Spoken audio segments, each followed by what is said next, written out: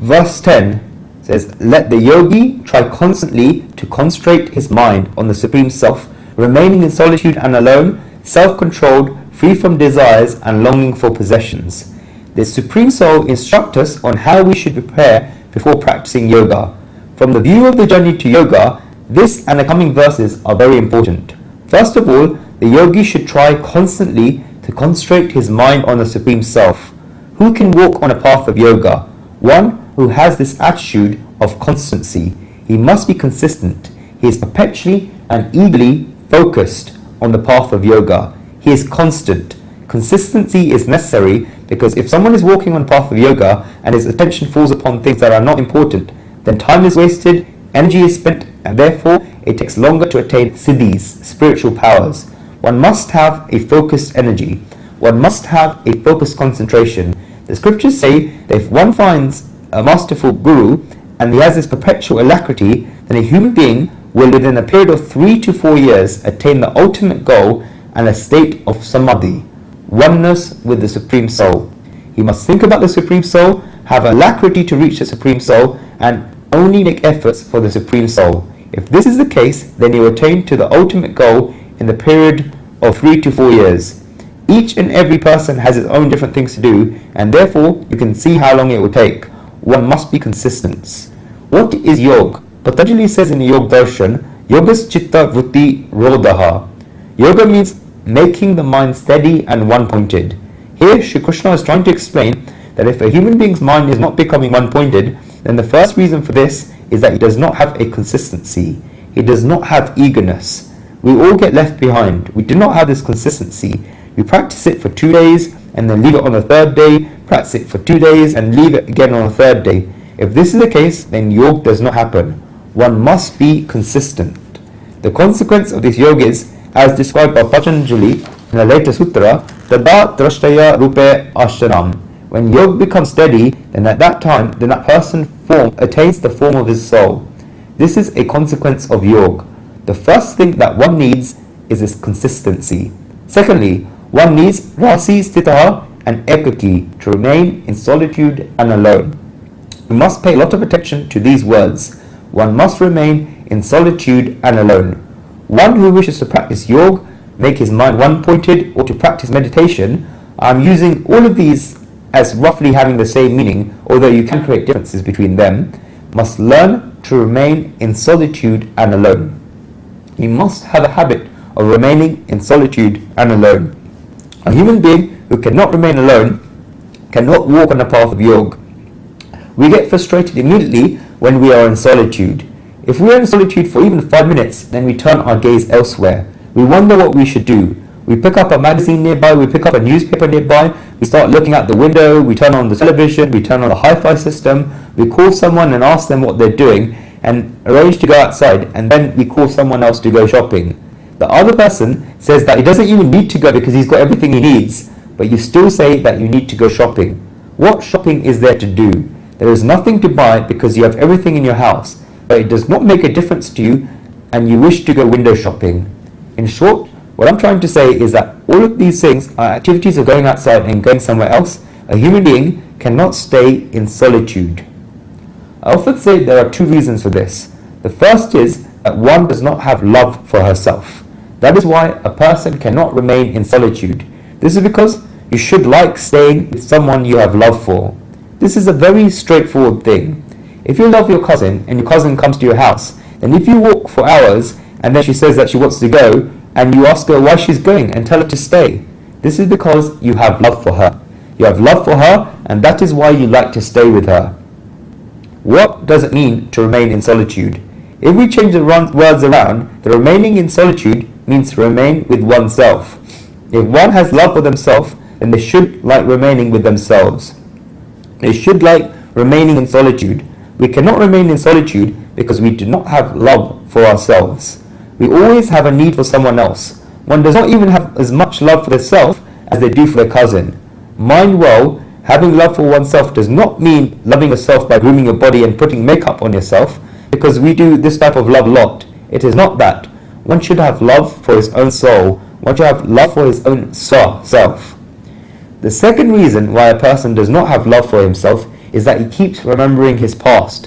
When a person is in solitude, then he opens himself up to himself.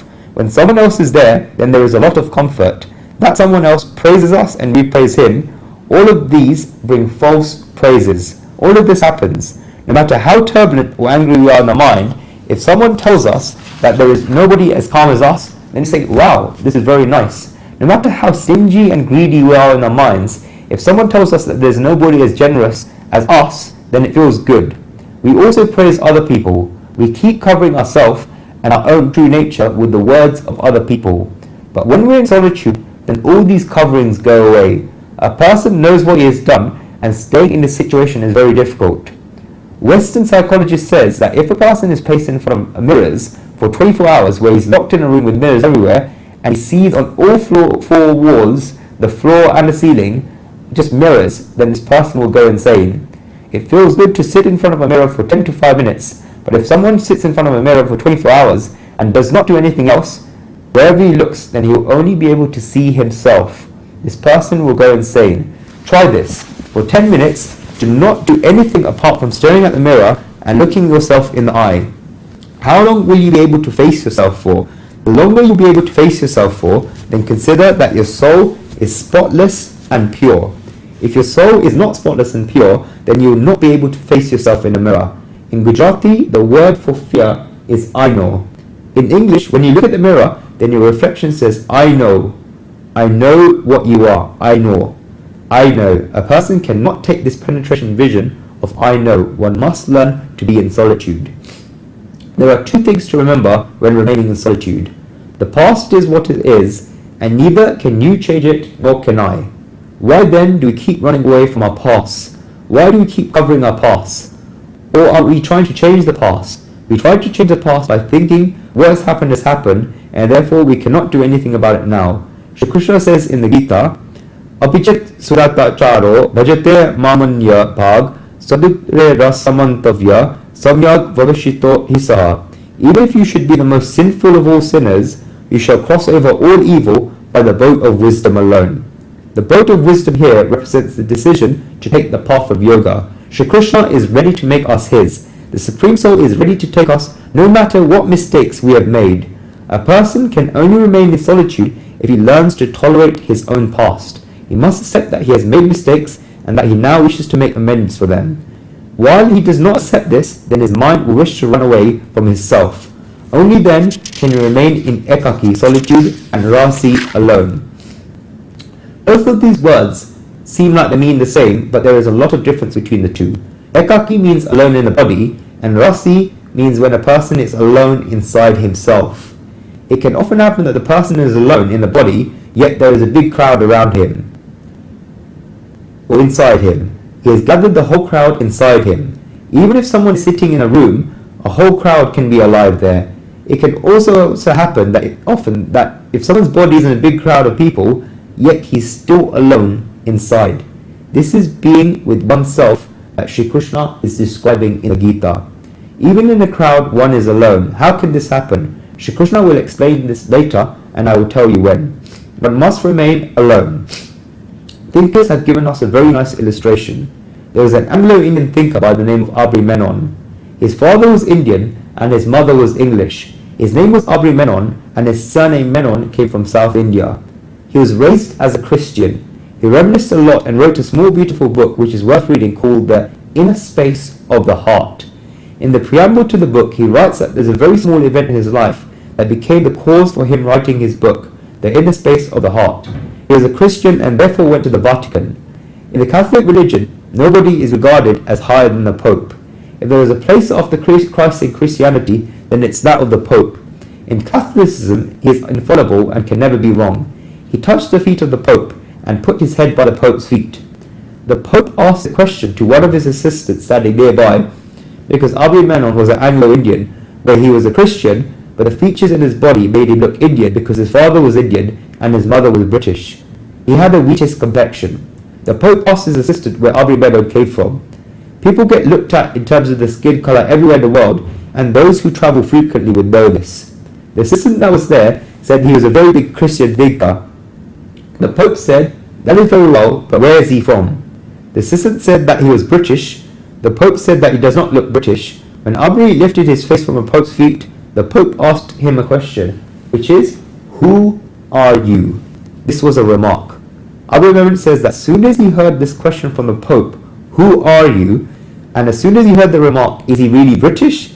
No, he looks Indian," then Aubrey Memon himself started thinking in his mind, "Who am I? Am I British? Am I Indian? Am I Hindu? Am I Christian? Who am I?" He started thinking. Then he went away from the Pope, but this question did not go away from his mind. Who am I? He said that he had a lot of love for Christianity, and so it did not affect him that the Pope had insulted him. He had the faith in his mind that the Pope was infallible, that he was a religious teacher, and therefore he could not say anything wrong. Aubrey Memon thought that he had given him some inspiration. Now he consistently kept thinking about the question, "Who am I? Who am I? Who am I?" He read all the religious scriptures of Christianity, and he did not find the answer to the question, "Who am I?" His father was Indian and Hindu, and so he started studying the Hindu scriptures. He read translations of the Vedas. When he was studying the Upanishads, then the Chandogya Upanishad came to his hands. Aubrey Memon writes in his book that after reading the Chandogya Upanishad, he found a word containing the talk that a rishi was giving. The word was Antaguha, literally meaning in a cave. In the Chandogya Upanishad, the Guru tells his pupils that every human being has ether and a cave in his heart. The caves outside are very small, but the cave in the heart is so vast that when a human being enters this cave, that the whole world seems small. Such is the size of the cave inside the hearts of human beings. People may not have known Sanskrit perfectly, and hence may not been able to define the word Antaguha, and Aubrey Memon was reading the translation where the word was defined as the inner space of the heart. He writes that he kept going deeper and deeper inside the path that was stated, and he started getting overwhelming experiences.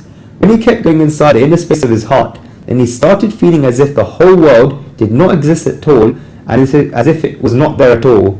That is the state where he reached. When he reached the state of being inside the cave, where he realized that he was not there, then he realized who he was. Then the experiences and the journey of penances that he had after are described in this book, The Inner Space of the Heart. What I mean to say is that a very small event of him being asked, "Who are you?" took place, and the thinking that began after this led to him finding the root of his thoughts in the Upanishads. He became a completely transformed person. This ekant is the truth. We understand one thing from ekant, that we have to be alone. Ekant is not isolation. Ekant is to be with yourself, with a capital S, self. Ekant is not having a need for anybody else. This is truth. I can take two meanings of ekant. You can split it into ek, meaning one, and ant, alone. Ek meaning one, and ant meaning all.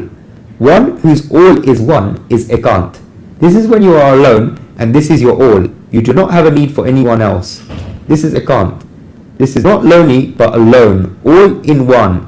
A-L-L-O-N-E, all one alone. The second meaning of ekant is the great state that Shri Krishna is talking about when one's oneness ends. This is a great state that Shri Krishna is talking about, one himself is not saved when other people are not saved. If we try to look at it spiritually, then you are only there when other people are there. But what if the other person is not there? I perish when there is no other. You will not be able to stay, and this is true ekant. A human being gets so lost in meditation that he forgets himself completely.